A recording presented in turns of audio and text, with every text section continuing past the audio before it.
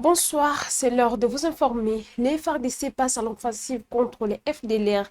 À Kisangani, 3 bataillons ont été déployés pour transporter les rebelles encore présents sur le sol congolais dans le cadre de l'accord de Washington entre la RDC et le Rwanda. Les combattants sont appelés à déposer les armes et seront cantonnés avant leur rapatriement sous supervision internationale. Les détails de cet élément. Les forces armées de la République démocratique du Congo ont annoncé dimanche 29 mars à Kisangani le lancement d'une opération de traque ciblée contre les éléments des forces démocratiques de libération du Rwanda FDLR encore présents sur les territoires congolais. Cette initiative s'inscrit dans le cadre de la mise en œuvre de l'accord de Washington conclu entre la RDC et le Rwanda. La cérémonie officielle s'est tenue au camp général Baouma sous la présidence du commandant adjoint de l'état-major général, le général Ishali Gonzajak. À cette occasion, 3 bataillons ont été mobilisés pour mener cette opération, marquant une nouvelle étape dans la lutte contre les groupes armés étrangers opérant dans l'est du pays. Dans son intervention, le général Ishali Gonza a insisté sur une stratégie privilégiant la reddition des combattants plutôt que d'affronter direct. Des gré ou des forces, ils doivent nous rendre les armes, a-t-il martelé, soulignant que les éléments des FDLR sont appelés à retourner au Rwanda et non demeurer sur les sols congolais. Les autorités militaires précisent qu'une phase de sensibilisation préalable a été menée avec succès afin d'encourager les combattants à se rendre volontairement. Ceux qui répondront à cet appel seront regroupés dans un site dédié à Kisangani où ils seront cantonnés avant leur rapatriement au Rwanda sous supervision internationale. Cette opération pourrait marquer un tournant dans les efforts de stabilisation de l'Est de la RDC, longtemps en proie à la présence des groupes armés étrangers et témoigne d'une volonté affichée des autorités congolaises de privilégier une solution encadrée et durable du conflit. Devant les autorités coutumières de l'espace Bandundu, le président Félix Antoine Tshisekedi a tenu des propos très virulents, accusant les anciens dirigeants de la RDC d'être à la solde d'intérêts étrangers et pointant du doigt le président rwandais Paul Kagame. Une sortie médiatique qui ravive la tension régionale et suscite des vives réactions. Retour sur ces propos dans cet extrait. Bana ya Congo. Po oto banokanisake baza bakonzi ya Congo, bazaki nde bapaya, bazosalela bapaya musala. Po baboma bana ya Congo. Po bazwa biso na boumbu. Makambo boza komona ezosalema na est ya mboka na biso, ezali par hasard te eza mosala ebanda kala. Ezalaki na relais na kati yao. Bato tozala kokanisaka bakonzi ya mboka, nzoka nde bango nde mutu bazozwa mitindo oyo ewuti kuna po basalaka bana Kongo mabe. Yango nasengi na bino bofungola miso pe boyebisaka bana mboka nyonso baza vigilant. Mouvement nyonso ya suspect bokomona ezala epai ya Congolais, ezala epai ya mopaya, bo signale yango na bakonzi batala ndenge nini bako kende nango, de sorte que to batela mboka na biso. Mboka na biso ezui sikoyo nzela ya développement nango. Yango bozali komona agitation ya bato yo ya misala mabe o balingai kozala kokanga biso kaka na boumbu. Yango bozomona agitation mokonzi na bango nde o Rwandais wana o bozomona ndenge aza kosagite azwi kipelekese azo koma koloba lokwa mutu aliboma.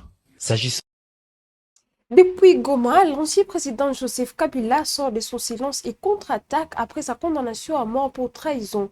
Dans un entretien accordé à The New York Times, il rejette toute implication avec la rébellion du 1-23 et dénonce des accusations absurdes du pouvoir de Félix Antoine Tshisekedi.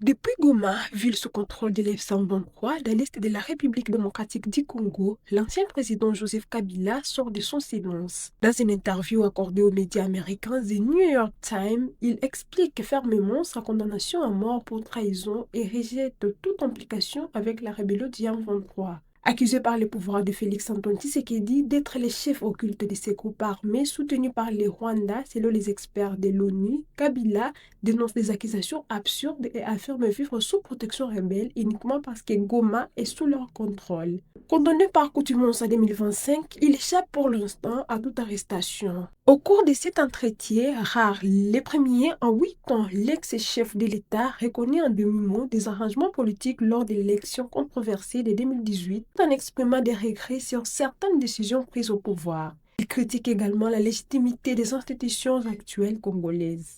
Malgré son exil passé en Afrique du Sud, Kabila justifie son retour en déclarant simplement « Je suis chez moi ». Interrogé sur un éventuel retour au pouvoir, il reste volontairement vague, préférant évoquer la nécessité des patriotes pour redresser les pays.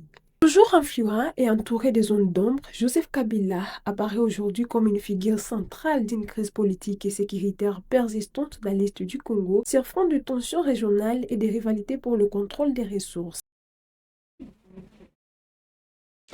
Le président Félix Antoine Tshisekedi s'apprête à donner le coup d'envoi officiel de la récolte de la saison agricole 2025-2026 du service national.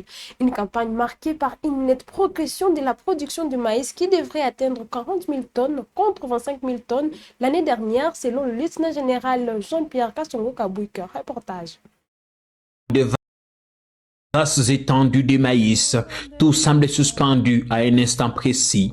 C'est lui où l'effort se transforme en symbole. C'est lui où le travail trouve enfin sa récompense. Car ici à Kanyama Kasese, une vérité simple s'impose. La terre ne ment pas. Elle ne donne que ce qu'elle a reçu.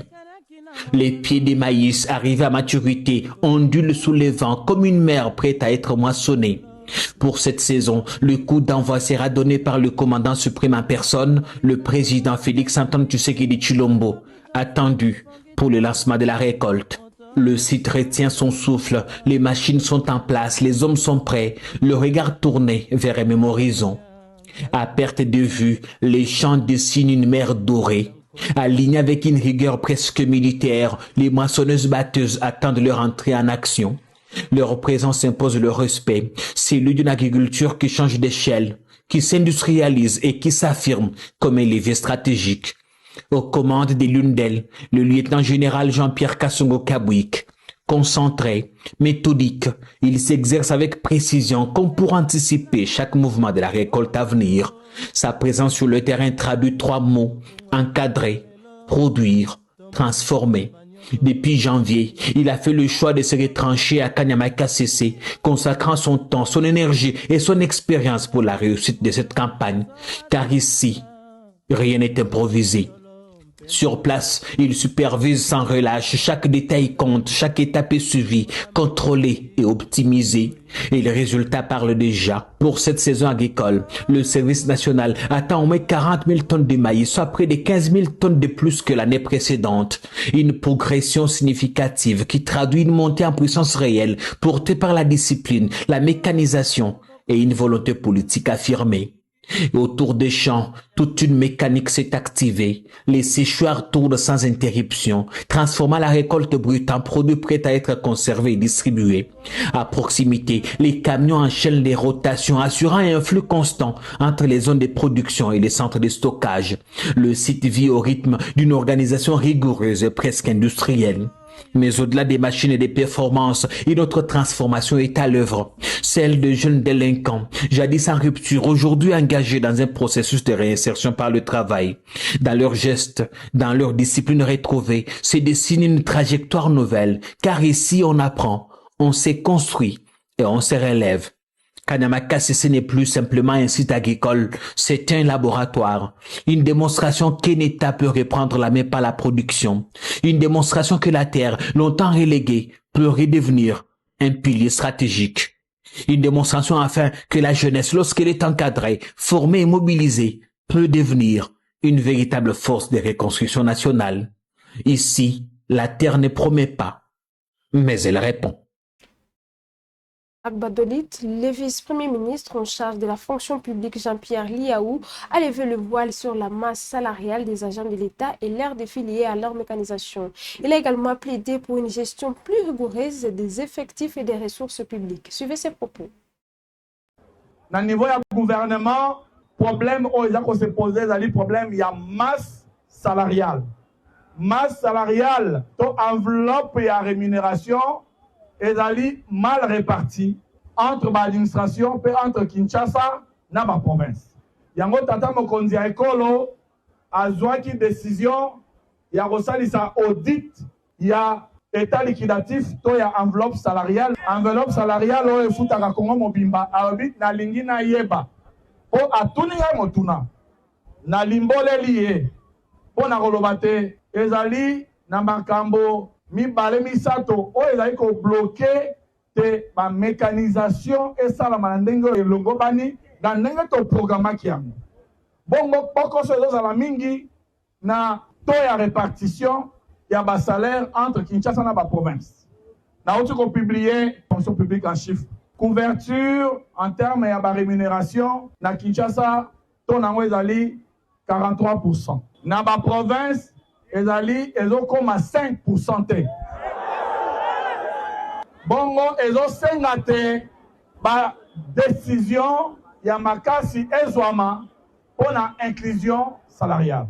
Mais ezosenga pe sérieux o esengeli tozala nango na makambo etali recrutement ya ba fonctionnaire wana. Parce que ceux qui toza o recruter sans qu'on programme enveloppe ya lifuti eza lokola na kati ya avion yo ekomaka na mboka moko bato bakiti te basusu nde bamati elongwe na mboka wana eke na mboka basusu bakiti te basusu bamati bongo ti misusu bakomi ya kotelema ti avion wana ekosala crash. Pas de perturbations dans les transports en commun à Kinshasa. Contrairement aux annonces faites mi-mars, les chauffeurs de taxis et taxibus ont renoncé à leur mouvement de grève prévu ce lundi 30 et mardi 31 mars 2026. Une décision issue d'une réunion entre la commissaire provinciale Israël Kantou et les responsables des associations de transporteurs. Les détails dans cet élément.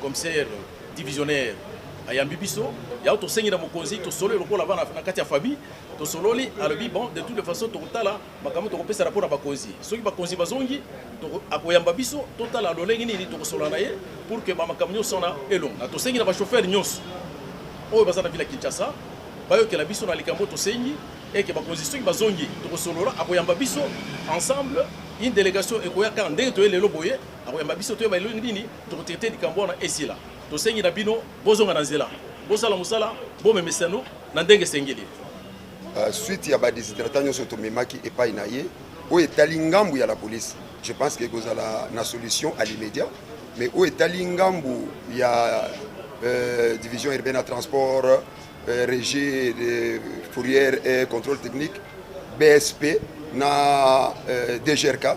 Je pense que l'air mokonzi ya Ngumba ou alansaki mission l'air akoya masolo et continuer.